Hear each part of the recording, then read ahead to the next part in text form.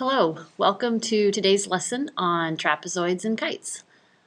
Two different kinds of quadrilaterals that do not fall into the category of parallelograms. So these are two completely different shapes from the ones we've been studying. First, we're going to start with trapezoid, quadrilateral with exactly, and that's important, one pair of parallel sides. So the parallel sides are called the bases. And in this diagram up here, that would be these two sides. And the other two sides are called the legs. If these legs are congruent, then you have an isosceles trapezoid. And if we have an isosceles trapezoid, then we have these base angles. These are always called the base angles, but if it's isosceles, then they are congruent. And we'll talk about that in a minute. Okay, the first theorem that you should write down is theorem 614, which just remember the number's not important, it's what it says. So if a trapezoid is isosceles, then each pair of base angles is congruent. So we would mark that this way. And remember, that's only if the trapezoid is isosceles. Okay, if a trapezoid has a pair of congruent base angles, so if we know this is true, and we know this is true, then we know we have an isosceles trapezoid. So those two legs are congruent. Okay, trapezoid is also isosceles if and only if its diagonals are congruent. So that means we can go both ways. If the diagonals are congruent, then the trapezoid is isosceles. So we would know that AC and BD were congruent. So for the first example, we know that CDEF is an isosceles trapezoid. So we can go ahead and just quick mark that diagram like that. We know that. If it's isosceles, we also know the base angles are congruent. So that's all the information that tells us. We know that CE, so that is from here to here, that's 10. And we know angle E is 95 degrees. And that's that whole angle. That's kind of hard to write in there, so we'll just put it here, 95 degrees. So we need to find DF, that's the other diagonal. We know that since it's isosceles, the two diagonals are congruent. So we can just say that DF is equal to 10. Angle C, angle D, and angle F. Now we know these two angles are congruent. So we can go ahead and put angle F as 95 degrees. But now how do we find the other two angles? Well, remember that our quadrilaterals always have their angles add up to 360. So if I take 360 minus 95 times 2, that is going to equal 360 minus 190, which is 170. So if I take that answer and I split it evenly between the two base angles, I get 85 degrees. So angle D is 85 and angle C is 85. And that's it. Okay, to prove a quadrilateral is isosceles, we have to prove that exactly one pair, and that's exactly, so we have to look at all four sides, are parallel, and the other pair of legs or sides are congruent. Okay, so in this example, we first sketch it so we can get an idea of what we might be trying to prove, and we label it. Oops, looks like I used a different label, so let's change these. Let's make that W. This is X, this is Y, and this is Z.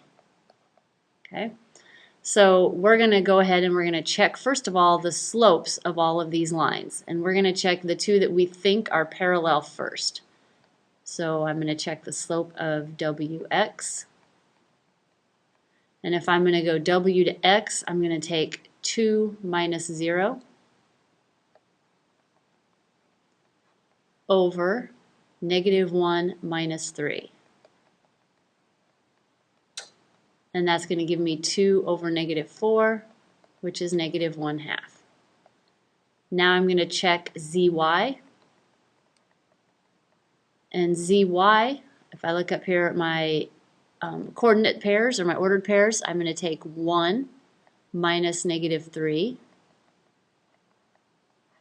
And I'm going to take -4 minus 4. So this becomes a +4 on top and a -8. So again, that reduces to -1/2. So then I can draw my conclusion. I can say, therefore, Wx is parallel to Zy. So now I have to show that it's exactly one pair parallel. So now I need to show that these are not. So I'm going to go ahead and find the slope of Wz.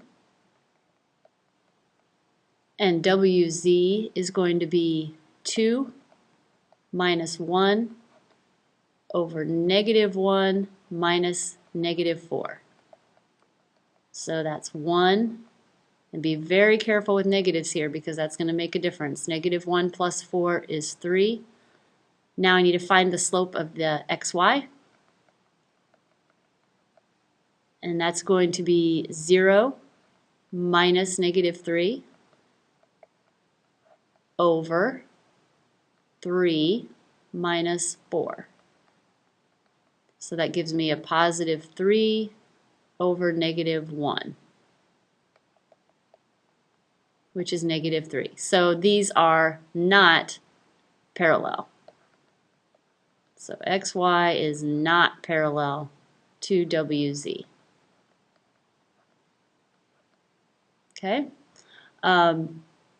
Therefore, we know we have a trapezoid. So we have Wxyz is a trapezoid.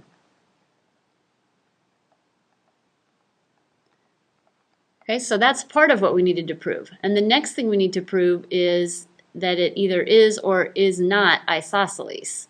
So that's what I should have put here. Is it isosceles or is it not? So let's go ahead and check the lengths of those legs. I'm going to go ahead and erase this so I have a little more room.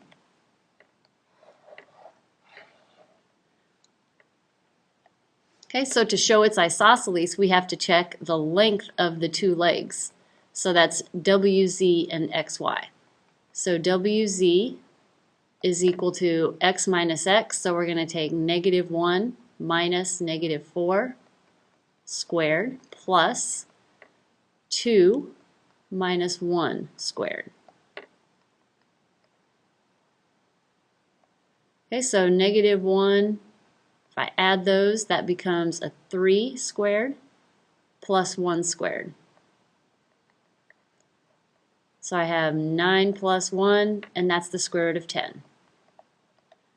Then I want to show xy. And xy is going to be 3 minus 4 squared plus 0 minus -3 squared. That becomes positive. 3 minus 4 is -1. 3 squared. And you can see that we're getting the same thing. I get 1 plus 9, which is square root of 10. Alright, so therefore, Wz is equal to xy, and Wxyz is isosceles.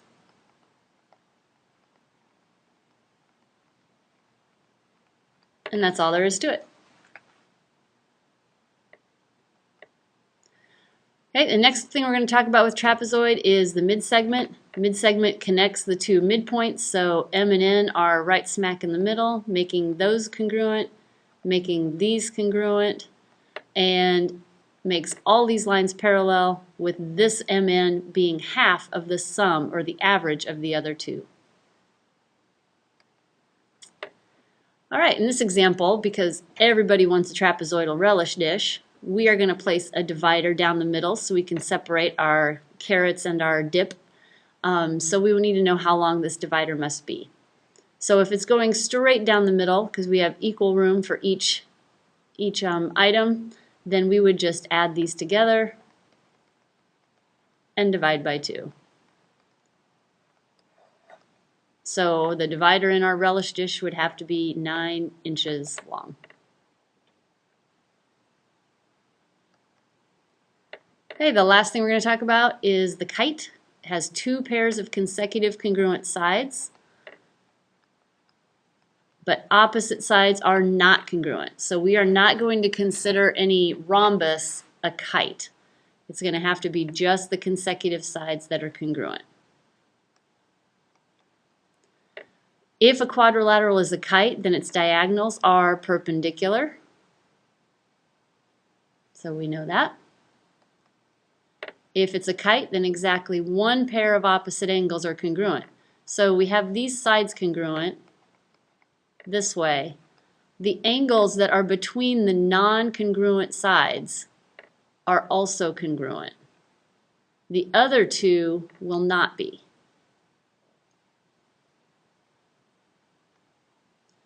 So our last 2 examples. If we have a kite here, find HP.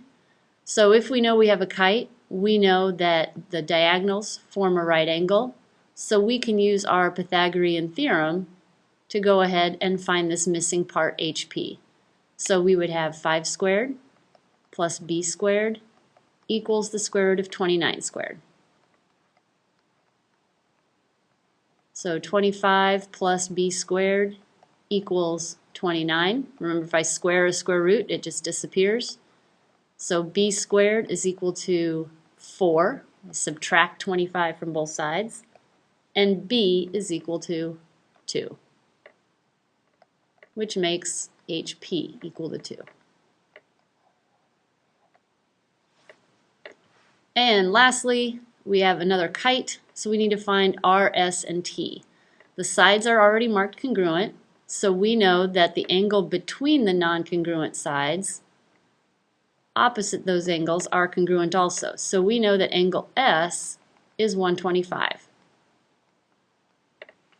And then we go back to our quadrilateral rule where all of the angles must add up to 360. So let's see what we have left. If we have 360 minus the 2 angles that we know, we are left with 110 degrees. Now this time these aren't split evenly. They're different angles. So what we need to do is add those 2 angles together and they equal 110. They equal the leftovers. So we have 2x plus 30 equals 110. 2x equals 80. And x equals 40. So now make sure we answer the question because they asked us to actually find these angles. Okay, so angle R would equal 40 plus 30, so that's 70 degrees. And angle T just equals x, so that is 40 degrees. And that's it. Make sure you go back and review anything that you were confused on and write down any questions that you might have for class. Thanks.